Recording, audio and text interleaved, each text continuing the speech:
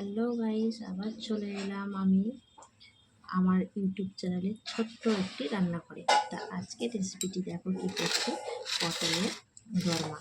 তো পটলগুলোকে দেখো আমি কি করেছি, আগের থেকেই পটল আমি কেটে নিয়েছি। আর কাটার পরে এই দেখো সমস্ত বীজ আমি একে একে বের করে নিয়েছি। দেখতেই পাচ্ছ তোমরা, খুব সুন্দরভাবে পটলটিকে আমি বীজ বের করে নিয়েছি। দিয়ে হালকা করে এটা আমি ভেজে নিয়েছি, একটু নুন আর একটু হলুদ দিয়ে আমি হালকা করে ভেজে রেখেছি। আর এইখানে দেখো আমি পটলের বীজগুলোকে ছাড়িয়ে সেটা আবার তেলে পেঁয়াজ দিয়েছি অল্প, পটলের বীজ আর একটি ছোট্ট ছোট্ট কুচি কুচি করে আলু মেশিনে কেটে তার উপরে এটিকে ভেজে রেখেছি। চলো এবারে এই মশলাটা পটলের ভিতরে ভরা যাক।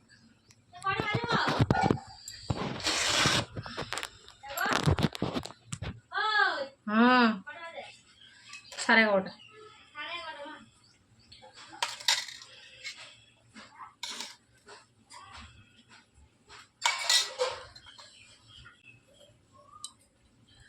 এবারে আমি এই যে হালকা করে পটলের মশলাটাকে আমি অল্প অল্প করে ভরে দিচ্ছি,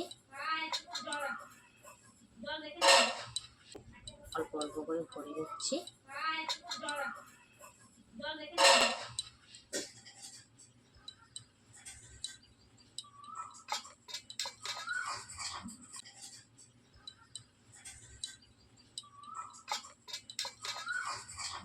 ভিডিওটা কিন্তু তোমরা প্রথম থেকে শেষ পর্যন্ত দেখবে।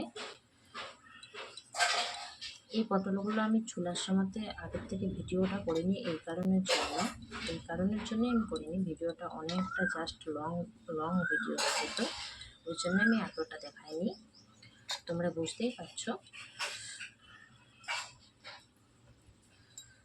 মশলাটা আমি এবারে একে একে ভরে নিচ্ছি।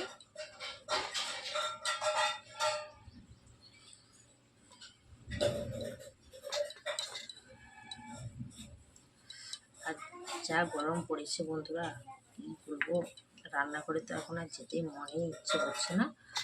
তাই ভাবলাম অনেকদিন ভিডিও করিনি, চলো একটা রান্নার ভিডিও তোমাদের সাথে করি। এরকমভাবে একে একে আমি সমস্ত বীজগুলো পটলের ভিতরে দেখো করে নিচ্ছি।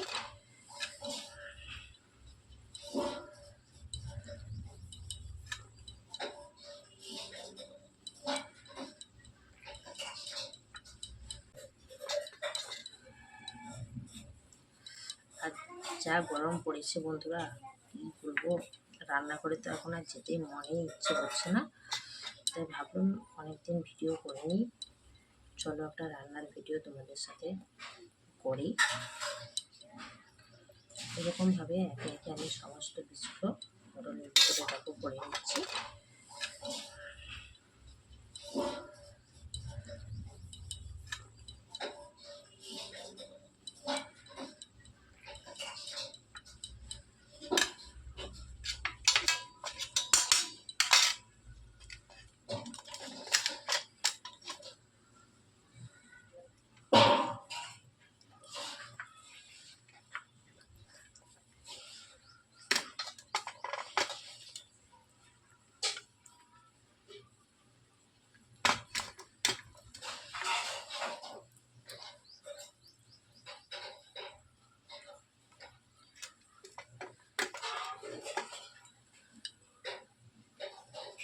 এক এক করে দেখো আমি সব মশলা ভরে দিলাম।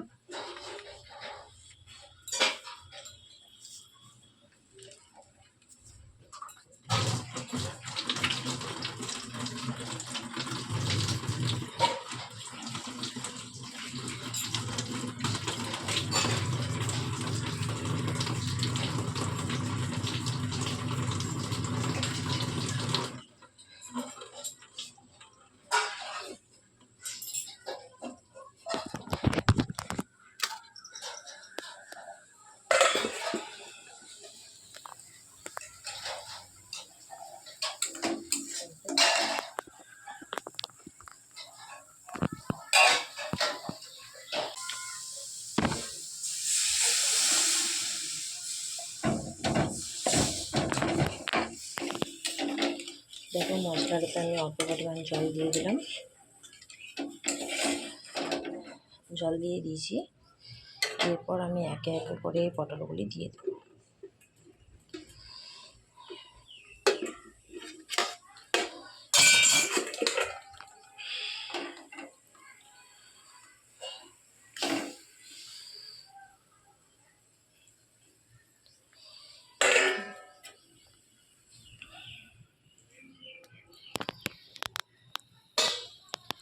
দেখো এক এক করে আমি পটলগুলো খুব সুন্দরভাবে দিয়ে দিয়েছি। এরপর জলটা একটু হালকাখানি জাস্ট কমে গেলে আমি এটিকে নামিয়ে নেব। তাই এটি তোমরা গরম গরম ভাতের সাথেও পরিবেশন করতে পারো অথবা রুটির সাথেও পরিবেশন করতে পারো। যদি আমার এই ভিডিওটি ভালো লাগে অবশ্যই একটি করে লাইক, কমেন্ট আর অবশ্যই শেয়ার করে দেবে। চলো বন্ধু, টাটা।